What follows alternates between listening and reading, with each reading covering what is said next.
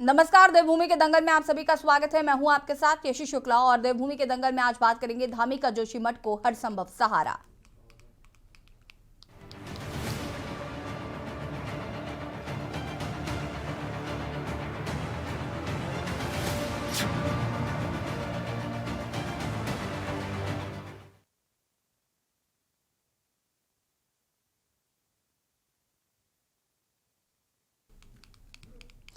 उत्तराखंड के जोशीमठ में लगातार हो रहे भूधसाव के कारण आपको बता दें कि प्रदेश के मुखिया पुष्कर सिंह धामी की चिंताएं बढ़ती जा रही हैं। जोशीमठ की जनता के लिए लगातार ये चिंता बनी हुई है। यही वजह है कि हाल ही में किए गए दिल्ली के दौरे पर धामी ने केंद्रीय गृह मंत्री अमित शाह से मुलाकात की। साथ ही प्रधानमंत्री नरेंद्र मोदी से भी आपदाग्रस्त इलाकों में मदद के लिए गुहार लगाई गई। तकरीबन 45 मिनट हुई अमित शाह की मुलाकात के बाद हर संभव मदद केंद्र सरकार की तरफ से जोशीमठ के लिए जाने का आश्वासन भी दिया गया, लेकिन चिंताएं यही नहीं घटी। वहीं मौसम विभाग ने भी अगले 2 से 3 दिन में अधिक ऊंचाई वाले क्षेत्र में बारिश और बर्फबारी की चेतावनी दी है। हालांकि धामी का मानना है कि सभी तैयारी मौसम को देखते हुए भी कर ली गई है। लगातार सरकार के सामने ये चुनौती बनी हुई है कि जोशीमठ में हर पीड़ित परिवार को सुरक्षित स्थानों तक कैसे पहुंचाया जाए। वहीं दूसरी चुनौती बड़े पैमाने पर पुनर्निर्माण के कार्य और विस्थापन को लेकर सरकार के द्वारा बेहतर कदम उठाने को लेकर ठोस निर्णय सरकार की प्राथमिकता है, जिसको लेकर दिल्ली से लौटने के तुरंत बाद धामी ने जोशीमठ को लेकर सचिवालय में समीक्षा बैठक की। दूसरी तरफ विपक्षी दल कांग्रेस भी अपने शीर्ष नेताओं के साथ जोशीमठ पहुंचा, जहां पर विकास नहीं या विनाश का नारा लेकर हाथ से हाथ जोड़ो यात्रा में जोशीमठ के पीड़ितों को जोड़ने की तैयारी में लग गया। चर्चा इसी पर धामी का जोशीमठ को हर संभव सहारा।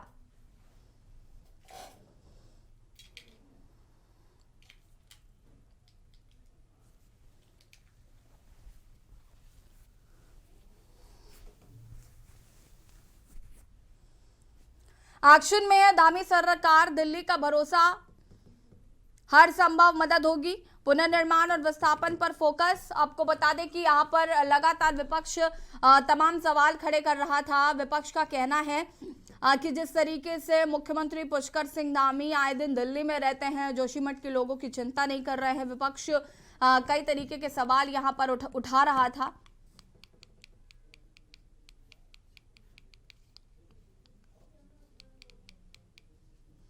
पुनर्निर्माण और विस्थापन पर फोकस फिलहाल सरकार की प्राथमिकता है। यहां पर अमित शाह से मुलाकात की मुख्यमंत्री पुष्कर सिंह धामी ने, और जोशीमठ के लोगों के लिए कहीं ना कहीं ये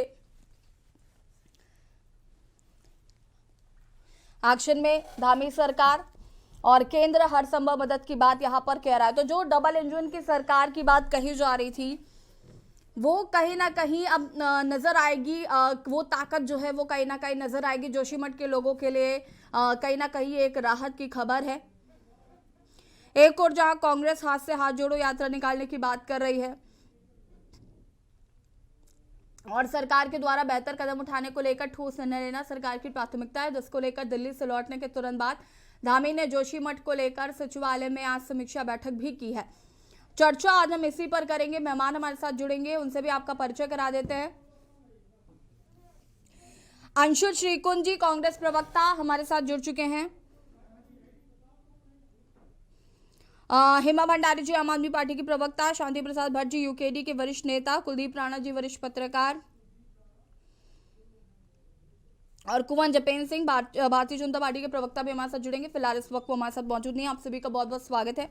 शुरुआत में हेमा भंडारी जी आपसे करना चाहूंगी कि बात करें अगर हम जोशीमठ को लेकर, तो तमाम सवाल अभी विपक्षों द्वारा उठाए जा रहे थे कि पुष्कर सिंह धामी आए दिन दिल्ली में बैठे रहते हैं और ऐसे में वो जोशीमठ की चिंता नहीं कर रहे, लेकिन सरकार बार बार ये बताना चाहती है कि हम जोशीमठ के लोगों के साथ हैं, उन पीड़ित परिवारों के साथ हैं। कैसे देख रहे हैं? देखिए यशी जी, सबसे पहले तो आपके चैनल के माध्यम से मैं ये बताना चाहूंगी कि जोशीमठ के लिए जो मुख्यमंत्री जी लगातार जो कह रहे हैं कि हमारी चिंताएं बहुत हैं, तो जब 1 साल से वहां के लोग लगातार, वहां की जो जोशीमठ संघर्ष समिति है, वहां के लोग लगातार 1 साल से कह रहे थे कि जोशीमठ खतरे में है, तब ये सरकार क्यों नहीं जागी। और उसके बाद 4 महीने पहले भी रिपोर्ट आई थी कि जोशीमठ में दरारें आ गई हैं। उस समय सरकार की नींद नहीं खुली। इनकी नींद खुली 6 जनवरी को, जब पानी सर के ऊपर से निकल गया और जो बिल्कुल जोशी मठ की हालत ऐसी हो गई कि एक दूसरे जो भवन है एक दूसरे से चिपक गए और धंसने लग गया पूरा। और अब 15 दिन हो गए, सरकार ये भी नहीं तय कर पाई है कि इसे ये दैवीय आपदा घोषित करेगी या इसे मानवीय आपदा घोषित करेगी। क्योंकि अगर ये दैवीय आपदा घोषित करेंगे तो केवल राहत की बात करेंगे, ये इन्हें पुनर्निवास कब तक देंगे। और इस पर और दूसरी तरफ कुछ घरों को खाली कराना तो एक तरह से जोशी मठ के लोगों के साथ एक भद्दा सा मजाक करके सरकार रख रही है। और धामी जी जाते हैं, जो है मिलते हैं अमित शाह जी से, और वहां पर जो बातें रखते हैं कि केवल 25% जोशी मठ जो है भूस्खलन की चपेट में है, जबकि इसरो की रिपोर्ट को कहती है कि पूरा का पूरा जोशी मठ जो है भूस्खलन की जद में है। लेकिन वहां पर क्यों इस बात को मुख्यमंत्री जी ने नहीं कहा गया। और राहत पैकेज की बात हेमा करते हैं तो भंडारी जी, वहां मैं पर आपसे जानना चाहूंगी कि आपके हिसाब से धामी जी को क्या करना चाहिए? देखिए, हमारे हिसाब से धामी जी को वहां के लोगों की जितनी इतनी उनकी संपत्ति है, उनकी खेती है, उनके पशुधन है, उसके हिसाब से उनको जो है उस हिसाब से मुआवजा दिया जाना चाहिए, उनके पुनर्निवास की व्यवस्था की जानी चाहिए। क्योंकि कितने सालों से 1500 साल का इतिहास है जोशी मठ का। और एक जो है वहां से देखिए बद्रीनाथ धाम को लोग जाते हैं, एक तीर्थ धाम भी उसे कहा जा सकता है। लेकिन ऐसे सिर्फ वहां के लोगों को ये करना है कि आपको मतलब ये जो सिर्फ एनटीपीसी को बचाने का इस समय तो लग रहा है कि केवल एनटीपीसी को बचाने का काम कर रही है। और बाकी वहां के लोग लगातार जो बोल रहे हैं कि उन्हें कोई भीख नहीं चाहिए। मतलब ये तो एक तरह से ले जा के सामग्रियां इस तरह से दे रहे हैं कि जैसे वहां के लोग बिल्कुल भिखारी हो। अरे उनको भीख नहीं चाहिए, उनको अधिकार चाहिए, उनको पुनर्निवास चाहिए। उनको जिस तरह से वो इतने सालों से इतने सारे करोड़ों करोड़ों के उनके मकान है, उनकी भूमि है, सब बिल्कुल तहस नहस हो गया। तो उसके हिसाब से ये लोग क्या अभी तक तो यही नहीं मंशा ही नहीं हमें पता चल रही है कि वो आपदा कर रही है या मानवीय आपदा उसको घोषित कर रही है। और इस तरह से सिर्फ ये करने से कि हम बहुत चिंता व्यक्त कर रहे हैं, ऐसे करने से काम नहीं चलेगा। क्योंकि एनटीपीसी की लापरवाही इसको कहा जा सकता है। और सरकार इस समय वही कर रही है कि सिर्फ एनटीपीसी को बचाने का काम कर रही है। लगातार आप देखिए वहां पर जब से कई साल पहले 2003 की बात है कि राष्ट्रपति जी को वहां के लोगों ने शिकायत करी थी कि जो है जोशी मठ के लिए जवाब मांगा था एनटीपीसी को। राष्ट्रपति जी ने जो लेटर लिखा था, आज तक भी एनटीपीसी की तरफ से देखिए हेमा भंडारी जी, हम डे वन से कह रहे हैं कि सरकार नहीं, सरकारें जिम्मेदार हैं। जोशी मठ का आज जो भी हाल है उसके लिए सिर्फ भारतीय जनता पार्टी ही जिम्मेदार नहीं है, कांग्रेस भी उतनी ही दोषी है। ठीक है, और आज हम देख रहे हैं कि एक दूसरे की सच्चाई को ढांपने के लिए जिस तरीके से भारतीय जनता पार्टी के प्रवक्ता या फिर कांग्रेस के प्रवक्ता एक सुर में आजकल बातें करते हुए नजर आ रहे हैं। तो इस तरीके की चीजें उत्तराखंड में बहुत लाजमी हो चुकी हैं कि एक दूसरे की कमियां छुपाते रहो, और जो यहाँ की जो जनता है वो इन सब चीज़ों का सफ़र करती है। अंशुल श्रीकुंज जी हमारे साथ जुड़ चुके हैं, कांग्रेस के प्रवक्ता। मैं उनसे जानना चाहूँगी कि यहाँ पर जो चीज़ें की जा रही हैं अब धामी द्वारा, धामी कह रहे हैं कि हम हर संभव मदद देंगे, सहारा देंगे, केंद्र की मदद भी अब मिलने वाली है। कैसे देख रहे हैं सर इसको? और बहुत बहुत स्वागत है आपका। धन्यवाद यशी जी। जी देखिए, जोशी मठ का न केवल धार्मिक और सांस्कृतिक महत्व है, हमारे देश की सुरक्षा की दृष्टि से भी वो एक बहुत महत्वपूर्ण स्थान है। ये जो वर्तमान संकट पैदा हुआ है, ये रातों रात नहीं पैदा हुआ।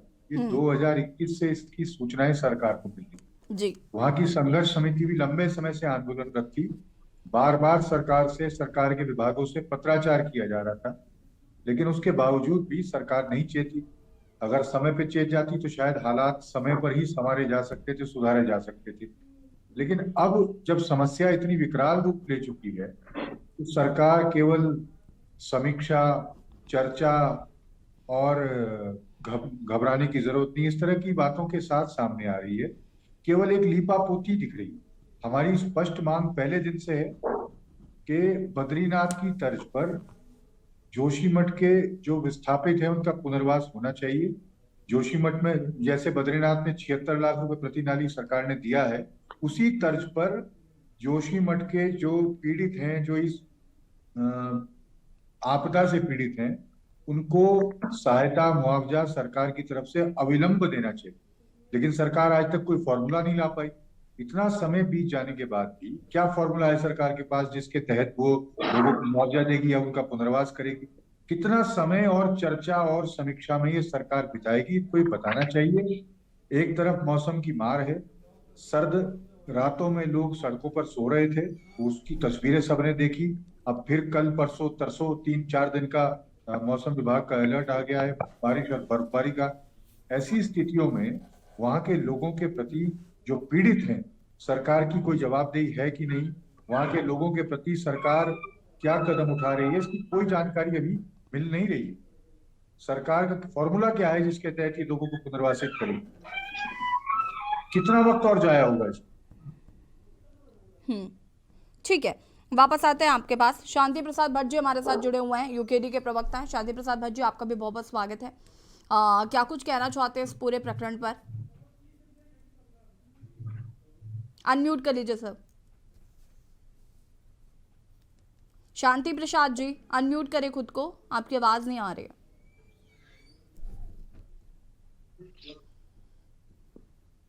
ऐसा है यशी जी, इस बात को समझने की जरूरत है कि जो ये आपदा आज जोशीमठ में आई है, ये कोई आश्चर्य नहीं है।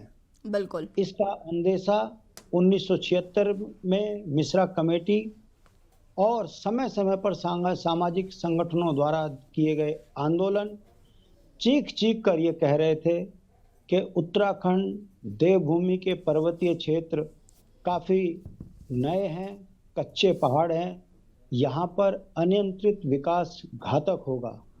मैं आपको बताना चाहता हूँ कि जब जब सरकार को चेताया गया, सरकार चाहे फिर वो कांग्रेस की रही हो या भाजपा की, दोनों ने आंदोलनकारियों पर मुकदमे लगाए, जेल डाले। यहाँ तक कि इनका दुस्साहस इतना रहा, इन्होंने हाई कोर्ट को भी गुमराह कर कर अपने पक्ष में निर्णय करवाए। परिणाम आज आपके सामने है। सैकड़ों सुरंगें, लाखों ब्लास्टिंग, अनियंत्रित विकास, फिर वो चाहे सुरंग बनाने से हुआ हो, फिर वो चाहे ऑल वेदर रोड के कारण हुआ हो। आज परिणाम धीरे धीरे जनता के सामने आने लगे हैं। अब जनता आंदोलित है। अब सरकार उसमें राजनीतिक नौटंकी कर रही है कि हम इनका ख्याल रखेंगे। उस पर भी सरकार की संवेदनाएं आप जान सकते हैं। 4,000 रुपए महीना देने की बात कर रहे हैं। हालात इतने खराब हो चुके हैं यशी जी, अभी सर्दी का मौसम है, प्रसव सड़कों पर हो रहा है, रात्रि छत पर लोग सो रहे हैं। सरकार आम नागरिकों को रहने की व्यवस्था तक नहीं करा पा रही है। ये सरकार की संवेदनाएं अपनी जनता के प्रति है। सवाल इस बात का है, लोकतंत्र में हर एक संस्था का अपना महत्व होता है। जब भूगर्भ वैज्ञानिकों द्वारा उन क्षेत्रों पर अनियंत्रित विकास पर प्रतिबंध की बात अपनी रिपोर्टों में कही गई, उसके बाद यदि वो विकास के ताने बाने बुने गए हैं तो किन पर मुकदमा होना चाहिए? तत्कालिक सरकारों के मुखिया पर, उन तमाम अधिकारियों पर जिन्होंने भूगर्भ वैज्ञानिकों की रिपोर्टों की अनदेखी कर यहाँ पर स्वीकृति प्रदान करी। कहाँ गए वो नगर पालिका के अधिकारी, कहाँ गए वो जिला अधिकारी जिन्होंने सब कुछ जानने के बावजूद भी जोशीमठ के सीने को चीरने का काम किया? दुख इस बात का है यशी जी, अभी बरसात नहीं हुई है। बड़ा भयावह स्थिति होगी कि जिस दिन बरसात मोटी हो गई, पूरा भरभरा कर जोशीमठ सड़क पर आ जाएगा। हमको चिंता इस बात की रही है कि इस देश के अंदर सरस्वती गुम हो चुकी है। कहीं ऐसा ना हो ये अनियंत्रित विकास गंगा और यमुना का भी रूट बदल दे। सोचिए, अब चिंता इस बात की हो गई है कि मानव जीवन के लिए कितना बड़ा खतरा इन लोगों ने उत्पन्न कर दिया है। मगर दुख की बात है, बड़ी बेशर्माई से सरकार के प्रतिनिधि जनता के बीच में अभी भी गुमराह करने की बात कर रहे हैं। अगर एनटीपीसी के अधिकारी इन भयावह स्थिति के बाद भी आकर ये कहते हैं कि हमारे कार्य से कोई नुकसान नहीं हुआ है, तो मैं पूछना चाहता हूं यशी जी, तो क्या भूगर्भ वैज्ञानिक झूठ बोल रहे थे? क्या उनके खिलाफ फिर मुकदमा नहीं हो जाना चाहिए था जो उत्तराखंड के अंदर ऐसे अनियंत्रित विकास का विरोध कर रहे हैं?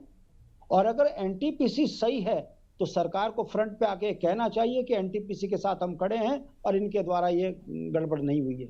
दुख इस बात का है, हर बेईमान अपने आप को सर्वश्रेष्ठ कह रहा है, जनता तरस रही है, उत्तराखंड के सीने को चीरकर आम उत्तराखंडी के जीवन को संकट में डालने वाली, ये अनियंत्रित विकास करने वाली राष्ट्रीय पार्टियां, इसमें दोनों हैं कांग्रेस, क्योंकि एनटीपीसी को स्वीकृति कांग्रेस के शासनकाल में मिली थी और अनदेखी भी कांग्रेस के ही सरकार ने करी थी। तो मेरा कहना है कि दोनों राष्ट्रीय पार्टियां उत्तराखंड के साथ जिस तरीके से धोखा और बेईमानी कर रही है, वो अब उसका ये परिणाम दिखने लगा है कि उत्तराखंड बर्बादी के कगार पर खड़ा है, भूस्खलन की कगार पर खड़ा है।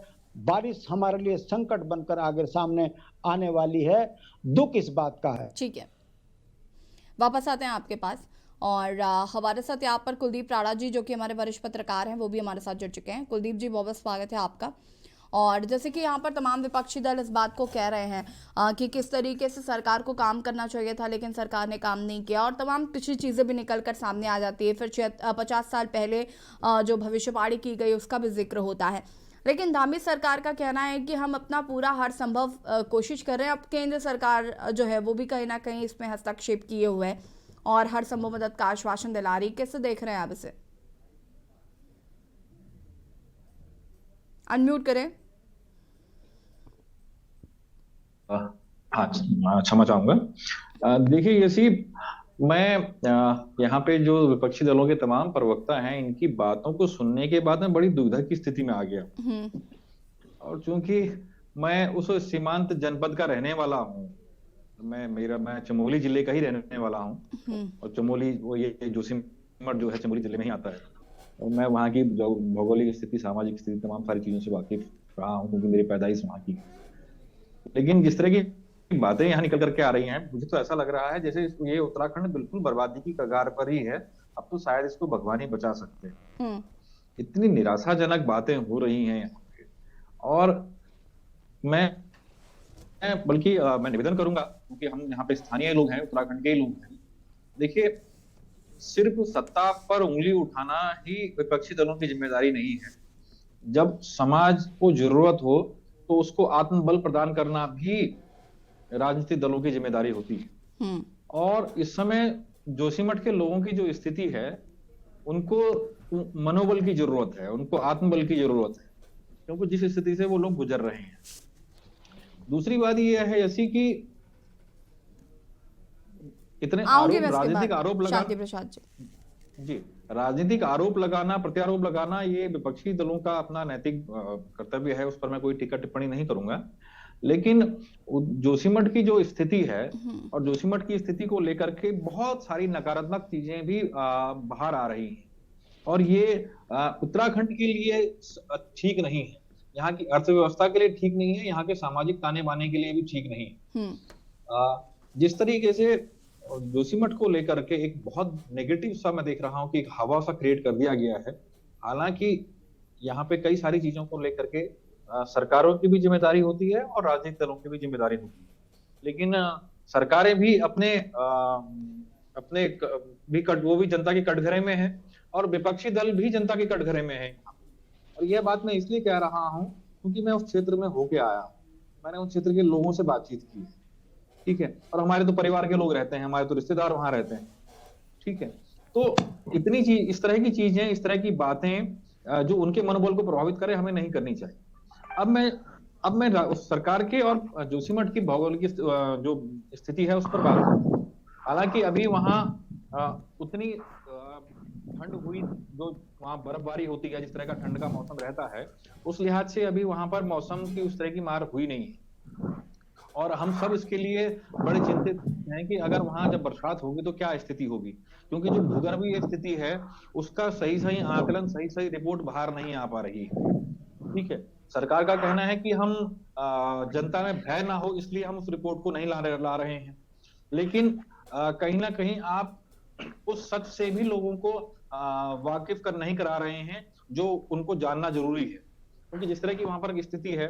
अच्छा, दूसरा, वहां से लोगों को शिफ्ट करने को लेकर के विडंबना यह है कि उत्तराखंड ही नहीं बल्कि हिमालय के जितने भी राज्य हैं, यहाँ ये इस तरह की आपदाएं, चाहे इसको हम दैवीय आपदा कहें या मानव निर्मित आपदाएं कहें, इनका प्रभाव रहा है और आगे भी रहेगा, क्योंकि हम जिस जियोलॉजिकल उस पे बेल्ट में हैं तो ये समस्याएं रहेंगी। लेकिन सवाल तब खड़ा होता है जब हमारी सरकारें इतना उत्तराखंड बनने के बाद इतनी सारी आपदाओं को देखने के बाद कोई नीति तैयार नहीं कर पाती, कोई व्यवस्था तैयार नहीं कर पाती है, कोई ढांचागत व्यवस्थाएं अभी तक इस राज्य में नहीं बन पाई हैं, जबकि इस राज्य ने 2013 की जैसी आपदा देखी है। और इसमें दोनों राजनीतिक दल कटघरे में है, बल्कि यूकेडी भी कटघरे में है, क्योंकि यूकेडी दोनों दलों के साथ कहीं ना कभी हमें सत्ता में रही है। तो ये कहना बड़ा आसान हो जाता है, आरोप लगाना बड़ा आसान हो जाता है, लेकिन मैं आप लोगों से निवेदन करूंगा कि इस तरह के आरोप न लगाएं, इस तरह की बातें न करें जिससे जोशीमठ के लोगों का मनोबल प्रभावित हो। जी, वापस आएंगे आपके पास। हमारे साथ हनी पाठक जी भी जुड़ चुके हैं, जो कि भारतीय जनता पार्टी की प्रवक्ता हैं। हनी पाठक जी, आपका भी बहुत बहुत स्वागत है। शांति प्रसाद जी, हनी पाठक की प्रतिक्रिया के बाद आपके पास आऊंगी मैं। हनी पाठक जी, सरकार ने यहाँ पर एक समीक्षा बैठक भी हुई, साथ ही साथ अमित शाह जी से भी मुलाकात हुई, धामी जी की, जिसमें केंद्र भी हर संभव मदद की बात कह रही है। विपक्ष ऐसा नहीं मान रहा है। विपक्ष का कहना है कि सरकार को जो कदम उठाने चाहिए थे, सरकार द्वारा वो कदम नहीं उठाए जा रहे हैं। लोग अभी भी खुले आसमान के नीचे रहने को मजबूर हैं। क्या कुछ कहना चाहेंगी? की जो आदत है ना, हाँ, कंटिन्यू करें। विपक्ष जो झूठा भ्रम फैला रहा है, ये झूठा भ्रम फैलाना बंद कर दे और इस मुद्दे को, जिस समय जोशीमठ के लोग आपदा से ग्रसित हैं, उस समय इस तरीके से राजनीति करना और झूठे भ्रम फैलाना, झूठी अफवाह फैलाना बंद कर दे। कितनी बार वो जोशीमठ गए? अभी 2 दिन पहले मैं जोशीमठ से वापस आई हूँ। वहां पे नगर निगम के सभागार से लेके 7 होटल ऑलरेडी जो विस्थापित लोग हैं उनके लिए पूरी तरीके से बुक है और वहां पर लोगों को विस्थापित किया गया। कंबल से लेके, अलाव से लेके, 3 टाइम के भोजन से लेके सब चीज की व्यवस्था वहां पर करी गई है। और जो सामान ढो के उनका लाया जा रहा है, उसका भी भार ढोलान उनको 1.5 लाख रुपए दिया जा रहा है। और प्रति ये 5,000 रुपए जो 4,000 किया गया था, उसके बदले उनके राशन सामग्री के लिए 5,000 रुपए दिया गया है और 4,000 रुपए उनके किराए के लिए भी उनको दिया जा रहा है। और पीपल कोठी को चिन्हित कर दिया गया है नया जोशीमठ बनाए जाने के लिए। और दूसरी चीज, मवेशियों की जहां तक रही बात, तो मवेशियों का भी इंतजाम कर दिया गया है और उनके लिए प्री फैब्रिकेशन की गौशाला और मवेशियों के इंतजाम की भी तैयारी कर ली गई है और 15,000 रुपए उनको भी दिया जा रहा है मवेशियों की देखभाल के लिए। तो ये क्या कार्यवाही इतनी जल्द से जल्द जो हमारी सरकार ने करी, पुष्कर धामी जी ने करी, क्या वो काबिले तारीफ नहीं है? और मैं तारीफ लेने की भी बात नहीं कर रही हूँ। इस समय जो आपदा आई है, उस आपदा में वो कर्तव्य होता है मौजूदा सरकार का कि अपनी जनता के साथ खड़े रहें। तो हमारी सरकार पूरी तरीके से खड़ी है, लेकिन मैं ये नहीं समझ पा रही हूँ, जिस प्रकार से अभी राजनीतिक विशेषज्ञ कुलदीप राणा जी कह रहे थे कि इस समय इस तरीके की बातें करके मनोबल नहीं गिराना चाहिए।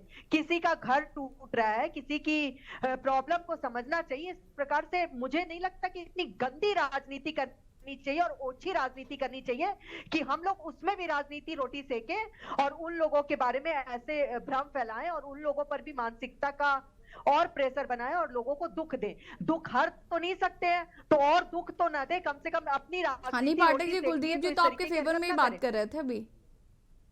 मैंने बोला कि मैं उनकी बात से पूरी तरह सहमत हूँ। मैंने ये कहा है, आप मेरी बात तो सुने, मैंने ये कहा है मैं कुलदीप जी की बात से पूरी तरह सहमत हूँ कि वो जो उन्होंने ये कहा है कि इस समय इस तरीके की बातें करके लोगों का मनोबल ना गिराया जाए। ठीक है, वापस आएंगे आप सभी के पास और इसके बाद कुलदीप जी आपका भी रुक करूंगी मैं। रुकेंगे एक छोटे से ब्रेक के लिए, जो हाजिर होना है।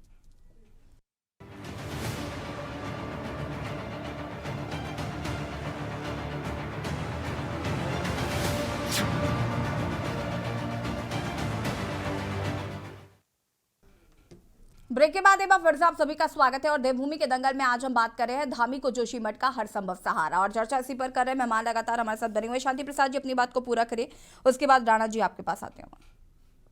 देखो यशी जी, हमारा ये कहना है, हम राजनीतिक लोग हैं। ठीक, इस राज्य को बनाने के लिए 42 से ज्यादा शहादतें हमने दी हैं। ऐसा जनमानस कोई उत्तराखंड में नहीं है जिसने इस राज्य के लिए अपने संघर्ष न किया हो। ठीक है। ऐसी स्थिति में कौन सा जनमानस ये चाहेगा कि मेरा राज्य बदनाम हो? कौन ये चाहेगा कि उत्तराखंड विकास से महरूम रहे? विकास एक सतत प्रक्रिया है। मानव को विकास की आवश्यकता होती है। सत्ताएं जनता इसीलिए चुनती है कि वो मानवीय विकास करे और उत्तराखंड से लेकर देश तक खुशहाली की ओर बढ़े। दुख इस बात का होता है, हर राज्य की अपनी एक संस्था होती है। भूगर्भ वैज्ञानिकों की चिंता 1976 से लेकर और 1939 में भी यही बात हुई, जब देश आजाद भी नहीं था, कि उत्तराखंड के अंदर जो विकास हो वो अनियंत्रित ना हो, जनसंख्या का विस्फोट एक जगह पर ना हो। ये उत्तराखंड क्रांति दल नहीं कह रहा है, ये भौगोलिक वैज्ञानिकों की रिपोर्टें चीख चीख कर कह रही है, और उन्हीं रिपोर्टों के आधार पर समय समय पर आंदोलन भी हुए हैं। ऐसी स्थिति में हमारे भाई पत्रकार महोदय बैठे हैं यहाँ पर, यदि वो ये कह रहे हैं कि विपक्ष को आवाज नहीं उठानी चाहिए, उत्तराखंड की जनता आहत है, तो फिर भारतीय जनता पार्टी की तारीफ लग जाएं। जब ये देवस्थानम बोर्ड बनाकर उत्तराखंड के पंडों का माल लूटने के लिए मानसा रख रहे हैं, उत्तराखंड के पंडे सड़कों पे आ गए, तो ये इसका मतलब गलत है। हम राजधानी याशी जी मुझे कुछ बोलना है। जी तो जी उसमें क्या हम गलत बोल रहे हैं कि राजधानी पर्वतीय क्षेत्र की राजधानी होनी ठीक है चाहिए? कुलदीप जी, कुलदीप जी इसके बाद हनी जी आप बोलेंगे। आप हनी जी एक सेकंड रुकिएगा, कुलदीप जी जवाब देना चाहते हैं, ठीक है कुलदीप जी, कि पीपल कोठी के 20 लोग सेकंड। नाराज हो रहे हैं। ठीक है हनी जी जवाब दीजिए। मैं पूछना चाहता हूं, मैं शांति प्रसाद भट्ट जी को एक बात इनकी गलत कहना चाहूंगी, जो ये कह रहे हैं कि मैं ये कुलदीप जी को ये कहूंगा कि विपक्ष क्या बात को चुप रह जाए, तो मैं शांति प्रसाद भट्ट जी आपको ये कह रही हूँ, अरे सुन लो भाई मेरे, सुन लो भट्ट जी सुन लो, आप पुराने नेता हो, आप सबसे बड़े हो, आप सर्वस्व हो, आप सर्वस्व हो, मुझे मुन्ना खुलवाइए, आप सबसे पहाड़ के बारे में कुछ नहीं ज्ञानी वर्तक चूड़ा खाकर बैठे हो। किसी तरीके की कोई व्यक्तिगत टिप्पणी शांति प्रसाद जी ना करिए तो बेहतर होगा। वो आज के नेता या कल के नेता, इस बात से फर्क नहीं पड़ता। अभी फिलहाल वो भारतीय जनता पार्टी के प्रवक्ता है, दैट्स मोर इम्पोर्टेंट। याशी जी जरा सा इनको समझा दीजिएगा, उत्तराखंड इस तरीके की डिबेट ना हो। हाँ एक सेकंड हनी जी रुक जाइए, बोलने का मौका मिलेगा तो बोलूंगी ना मैं। शांति प्रसाद जी किसी के ऊपर व्यक्तिगत टिप्पणी नहीं करेंगे, आप इस बात को समझने की कोशिश करिए। फिलहाल वो भारतीय जनता पार्टी की प्रवक्ता हैं, हमें इस बात पर फोकस करना है और वो जवाब देंगी सवालों के। हनी जी वो बात बोले कि जोशीमठ में जनता क्यों परेशान है, उस पर बताएं।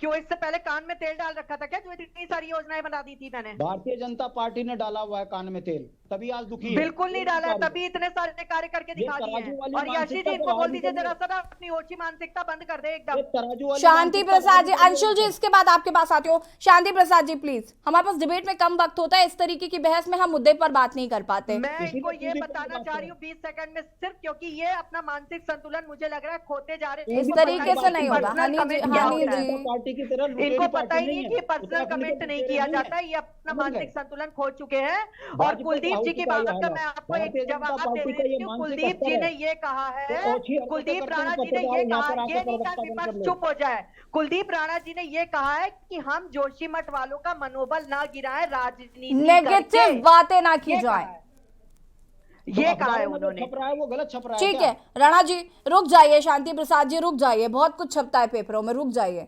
शांति प्रसाद राणा जी कमेंट करना बंद कर दीजिए, आपका मानसिक संतुलन बिगड़ गया है मुझे मैं वही कह रहा हूँ, भारतीय जनता पार्टी। राणा जी आप सुन पा रहे हैं मुझे, प्लीज आप कंटिन्यू करिए, वक्त की कमी है हमारे पास। मैंने इसलिए पहले मैंने आपको किया था कि मैं किसी राजनीतिक दल का समर्थन नहीं कर रहा हूं, या क्योंकि मैं किसी राजनीतिक दल का प्रवक्ता नहीं, मैं जनता का समर्थन कर रहा हूं। जो जनता की बात है वो सिर्फ जनता की बात को यहाँ पे रख रहा हूँ, ठीक है। मैं नहीं जानता कि हमारे बीच में जितने प्रवक्ता हैं इनमें से कितने लोग वहां गए होंगे, कितने लोगों ने वहां की भौगोलिक स्थिति का आकलन किया, वो मैं नहीं जानता, सत्य वो खुद ही जानते हैं। क्योंकि मैं उस जगह का रहने वाला हूँ, ठीक है, मैं उस जगह की, मेरा जन्म उस जगह पर हुआ है, इसलिए कुछ चीजें हैं जो एक पत्रकार के साथ साथ एक स्थानीय, वहां के स्थानीय नागरिक होने की पीड़ा भी है। हाँ जी, वो ऑटोमेटिक आता है, अगर आप कहीं के रहने वाले हैं तो ऑटोमेटिक आप उसकी चीजों को समझ सकते हैं।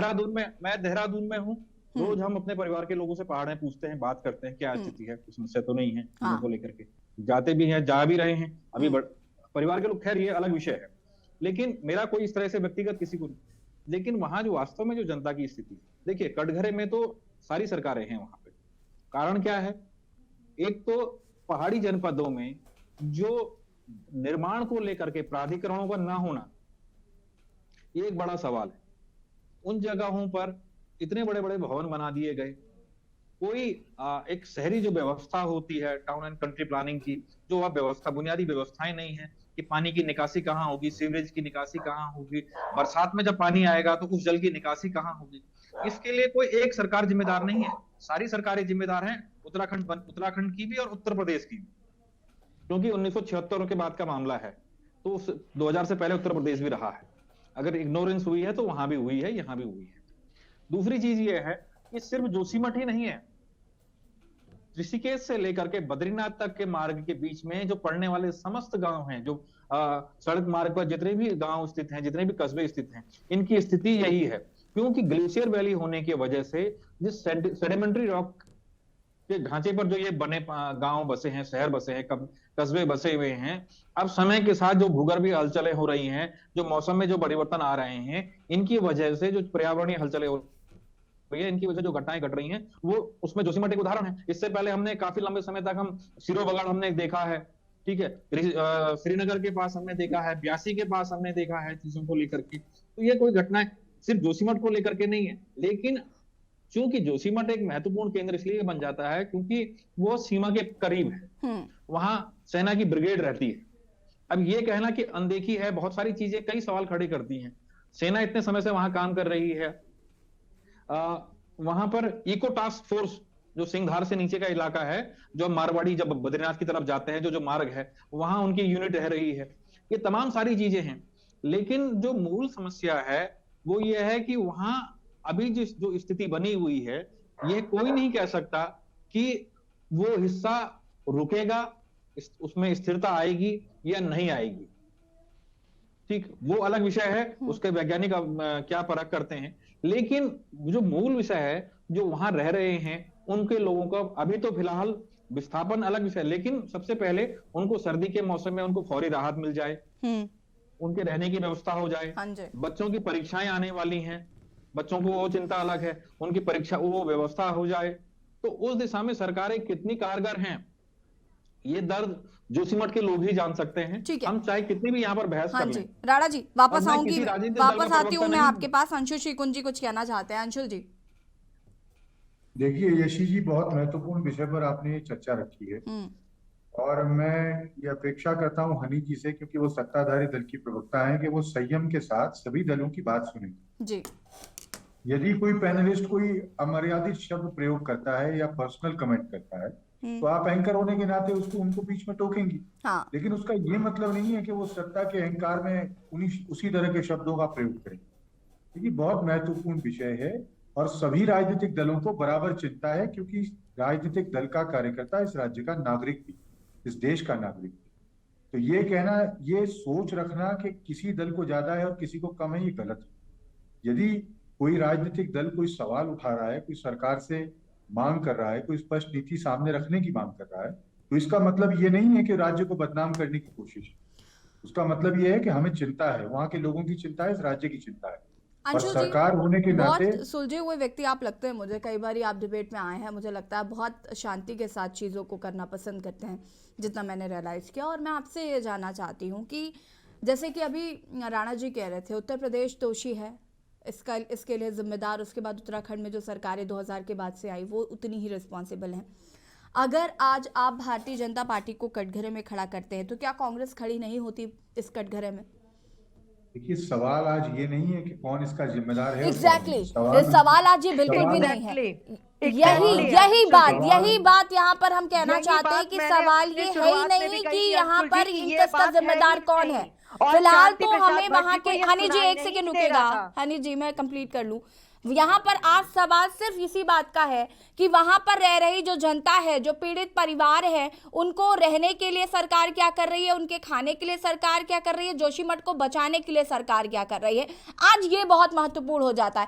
एक बार चीजें स्थिर हो जाएंगी उसके बाद क्या आपको लगता है इस पर चर्चा नहीं की जाएगी? इस पर बिल्कुल चर्चा की जाएगी कि उसके बाद जिम्मेदार कौन है और कैसे ये चीजें आगे ना हो, इसका सरकार ध्यान रखे। फिलहाल ये मेन फोकस जो है वो विपक्ष का होना चाहिए, लेकिन मुझे लगता है बीच बीच में राजनीतिक दलों को या विपक्षी दलों को पता नहीं क्या हो जाता है कि वो पुराना जो हुआ अभी हम उसको ठीक नहीं कर सकते, अभी जो है हम उसे ठीक करने की कोशिश कर रहे हैं। अंशुल जी कंटिन्यू करिए। मैंने तो जब मुझे पहली बार आज मौका मिला अपनी बात रखने का, मैंने सबसे पहला सवाल ये उठाया कि मुलाकात, चिंता, समीक्षा ये सब चल रही है, लेकिन सरकार की नीति क्या है जिसके तहत वो पुनर्वास करेगी? इसका जवाब हनी जी देंगे। हाँ, क्या बद्रीनाथ में जो मुआवजा दिया गया है वो नीति जोशीमठ के लिए भी लागू होगी? ये सवाल मैं इसलिए पूछ रहा हूँ क्योंकि यदि सरकार को स्पष्ट जवाब के साथ सामने आएगी तो लोगों को बहुत राहत मिलेगी, लोगों को एक सांत्वना मिलेगी, लोगों को एक उम्मीद जगेगी कि सरकार हमारे लिए चिंतित है, हमारा भविष्य भी सुरक्षित है।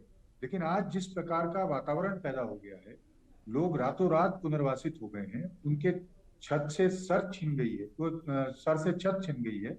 और ऐसी सर्द रातों में जिस प्रकार के विजुअल सामने आए, लोगों को एक उम्मीद बांधने की जरूरत है, एक विश्वास दिलाने की जरूरत है। उसके लिए एक स्पष्ट नीति चाहिए। हम बार बार ये कह रहे हैं कि जो 76 लाख रुपए प्रति नाली की नीति सरकार बद्रीनाथ के लिए लेके आई, क्या उसी तरह की नीति जोशीमठ में भी लागू होगी? हनी जी या इसका उसके जवाब देंगी। हनी इसके जी, अलावा कोई और नीति है? हनी सरकार जी, को स्पष्ट मैं करना बता रही चाहिए। हूँ अंशुल जी। अंशुल जी, आपकी बात से मैं पूरी तरीके से सहमत हूँ। आप बहुत अच्छा बोले और मैं एग्जैक्टली यही कह रही हूँ कि इस समय हम लोग को गंदी राजनीति नहीं करनी चाहिए। और जो आपने ये सवाल किया है कि सरकार की नीति क्या है, तो जिस प्रकार से नई टिहरी बनाई गई थी उसी प्रकार से नया जोशीमठ का पुनर्निर्माण होगा। और वो पीपल कोठी में जहां तक पूरी संभावना है कि जगह को चिन्हित कर लिया गया है। और आज भी मुख्यमंत्री जी ने सचिवालय में इसको लेकर एक बैठक करी थी और अमित शाह जी से भी उन्होंने मदद मांगी है इसको लेकर, आपदा राहत को लेकर। और इस प्रकार से वो मोदी जी से भी मिले और लगातार पीएमओ यहाँ पर हाई लेवल मीटिंग भी कर चुके हैं। और पीएमओ की यहाँ पर दिशा निर्देश में लगातार कार्य चल रहा है और लगातार उसमें नजर है। तीसरी चीज जो यहाँ पर बातें हुई उसमें यही बातें हुई यशी जी और अंशुल जी कि बाजार के रेट के हिसाब से ही इनको यहाँ वहां पे जो लोग हैं उनको मुआवजा मिलेगा। जो बाजार का रेट है उसी रेट के हिसाब से वहां के लोगों को मुआवजा मिलेगा। और पीपल कोठी जहां तक है कि पूरी तरह से निश्चित हो गया है कि वहीं पर चिन्हित करके नया जोशीमठ को निर्माण कराया जाएगा। और दूसरी चीज अंशुल जी, आप बड़े सुलझे हुए व्यक्ति लग रहे हैं। ये हमारी जनता है, इसको गेंद की तरह से तो उठा के एकदम से नहीं फेंक देंगे ना। पूरी तरीके से चिन्हित करके संभाल के कि हाँ अब यहाँ पर खतरा नहीं है, तब भी ना उनको स्थापित करेंगे कि उठा के बस फटाफट वहां पे स्थापित कर दो। ऐसा तो नहीं करेंगे ना। हाथ में दही जमाने लायक तो चीजें है नहीं। ये पूरा पुनर्विचार करने के बाद ही इस चीज को किया जाएगा। तो वो पूरा चिन्हित करने के बाद हम लोग अपनी जनता को, क्योंकि देवतुल्य जनता है, वहां पर करेंगे। लेकिन और जो आपने अभद्र भाषा और पर्सनल कमेंट की बात करी, तो मैं पढ़ी लिखी हूं, मुझे पता है कि मैं पर्सनल कमेंट नहीं करती हूं। मगर शांति प्रसाद भट्ट जी ने शुरुआत करी कि तुम कल की आई, तुम परसों की आई। तो ये हमारे ये जो है ना, अब यूथ, आपके भी घर में यूथ होगा, तो वो यूथ काफी चीजें बताता है और समझाता है। तो भट्ट जी के घर में जो यूथ होगा वो शायद इनको समझा बता नहीं पाता होगा, तो इसलिए ये उसको ठीक है। अब इस नजरअंदाज तरीके कर रहे से हैं। नहीं, अब एक बार बात हो गई उसको खत्म करिए हनी पाठक जी और आगे बढ़े। हेमा भंडारी जी। यशी जी, जैसा कि सवाल तो जो वर्तमान में सरकार है उसी से किए जाते हैं और सरकार भाजपा की है तो भाजपा की प्रवक्ता से ही सवाल किए जाएंगे। तो अभी भाजपा की प्रवक्ता जी ने कहा है कि पीपल कोठी को चिन्हित कर दिया गया है। तो जैसा कि मैं एक दो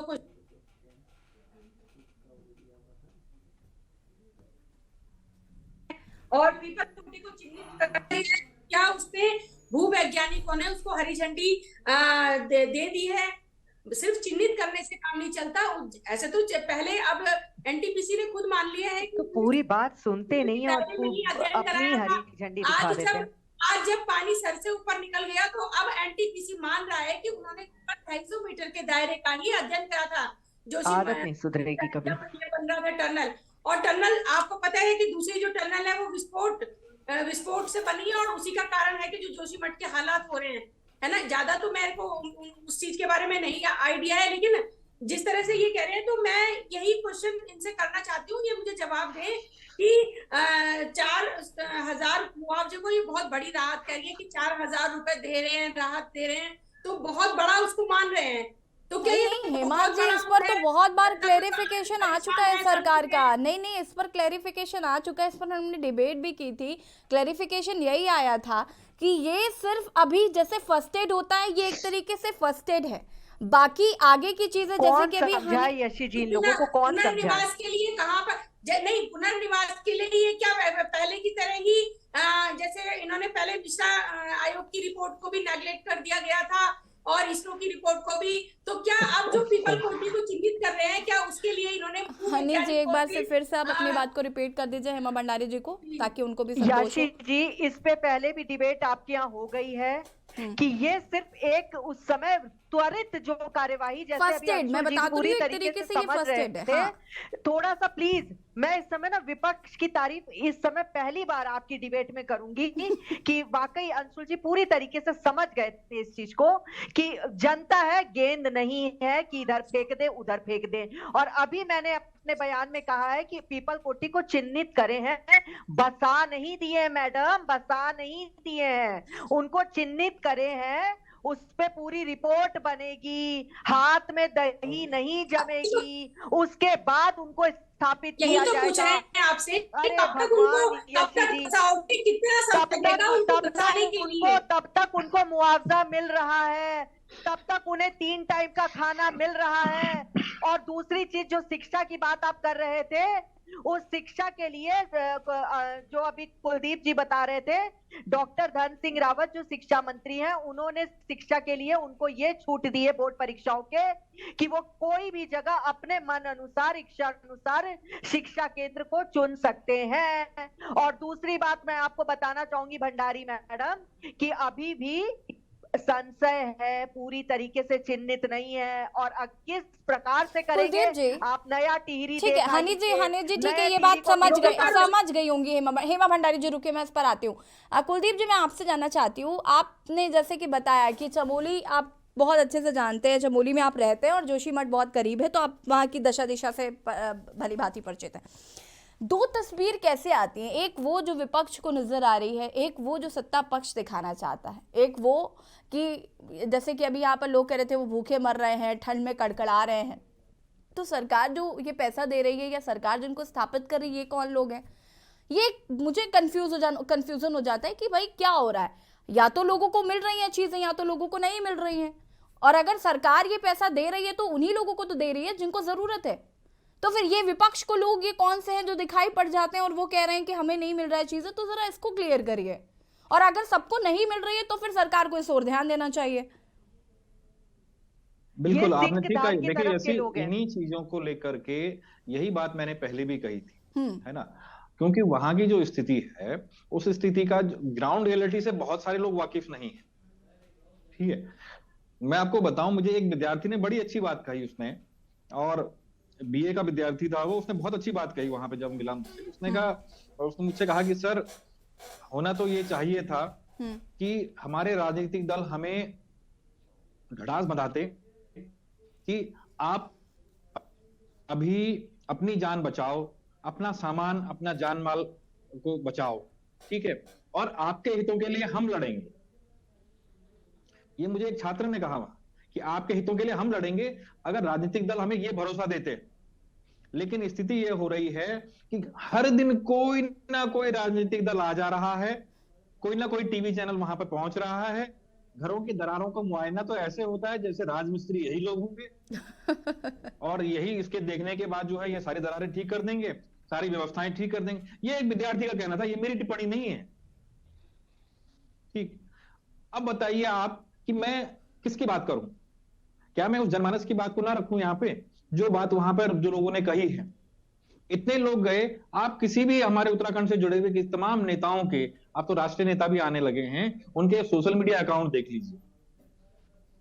मदद करते हुए कितने हाथ हैं, मुआयना करते हुए कितने हाथ। ठीक, आपदा पीड़ितों से ज्यादा तो वहां पे हमारे राजनीतिक दल के नेता लोग पहुंच चुके हैं देखने के लिए, कहां कहां से आ रहे हैं। ठीक है, लेकिन जो जनता की पीड़ा है, जनता की जरूरत है, जो वास्तविक जरूरत है, जिसकी यहाँ पर अभी जो चीजें होनी चाहिए, उनको लेकर के तो कहीं ना कहीं सरकार की तरफ ही देखेंगे ना, और जवाबदेही भी सरकार की होती है। अब सरकार कितनी जवाबदेह है, ये तो विपक्ष को भी देखना चाहिए। लेकिन समस्या क्या हो रही है कि अभी तमाम रिपोर्टों को लेकर के अखबार भी भरे पड़े हैं, हम पत्रकार भी कहीं ना कहीं कटघरे में हैं चीजों को लेकर के, कि रिपोर्टों से लेकर के अखबार भरे पड़े हैं। लेकिन इन भूवैज्ञानिक रिपोर्टों से, उन जो जलीय रिपोर्टों से, उनसे वहां की जनता की समस्याओं का समाधान होता है क्या, जो वर्तमान में उनके समक्ष है? उनके समक्ष तो सबसे पहली समस्या ठंड से बचने की है, रात के भोजन की है, अगर कोई तबीयत खराब हो गई तो स्वास्थ्य सुरक्षा की है। और भगवान ना करे बारिश या बर्फबारी की समस्या हो गई और वास्तव में कहीं वो दरारों में पानी भर गया और वो लैंडस्लाइड वाली जैसी घटना होने लगी, तो फिर क्या स्थिति होगी? उससे बचाव की है, लेकिन उस दिशा में नहीं हो रही हैं चीजें। तो हमें मूल विषय की तरफ जाना चाहिए और जनता की बातों को रखना चाहिए। अभी वहां पर जो स्थिति है, उस स्थिति में कहीं ना कहीं एक बड़ा सवाल ये भी रहा है यशी कि उत्तराखंड को छद्म पर्यावरणविदों ने बड़ा ठगा है। उत्तराखंड ने पर्यावरण के नाम पर लोग उत्तराखंड आते हैं, तमाम बातें होती हैं, तमाम आर्टिकल लिखे जाते हैं, बहुत आर्टिकल अखबारों में पढ़ते हैं और आजकल पढ़ भी रहे हैं। लेकिन होता क्या है, एक ऐसा राज्य जहां भीड़ है पर्यावरण के नाम पर पर्यावरणविदों की और पर्यावरण के नाम पर पुरस्कार पाने वालों की, और घर के हालात क्या हैं राज्य के? सिर्फ जोशीमठ या चमोली जिला ही क्यों, पिथौरागढ़ के क्या हालात हैं, रुद्रप्रयाग के क्या हालात हैं, उत्तरकाशी के क्या हालात हैं? अब मैदानी क्षेत्र भी इनसे बचा नहीं है। ठीक है। जब पहाड़ में आपदा आती है, पानी बढ़ता है, तो मैदान में भी उसका जल भराव होता है। माफी आपदाओं से यहाँ के लोग भी पीड़ित होते वक्त हैं। की हमारे पास कमी है। शांति प्रसाद जी, अंतिम प्रतिक्रिया आपकी बहुत कम शब्दों में लेना चाहूंगी मैं। शांति प्रसाद जी, शांति प्रसाद जी हैं क्या?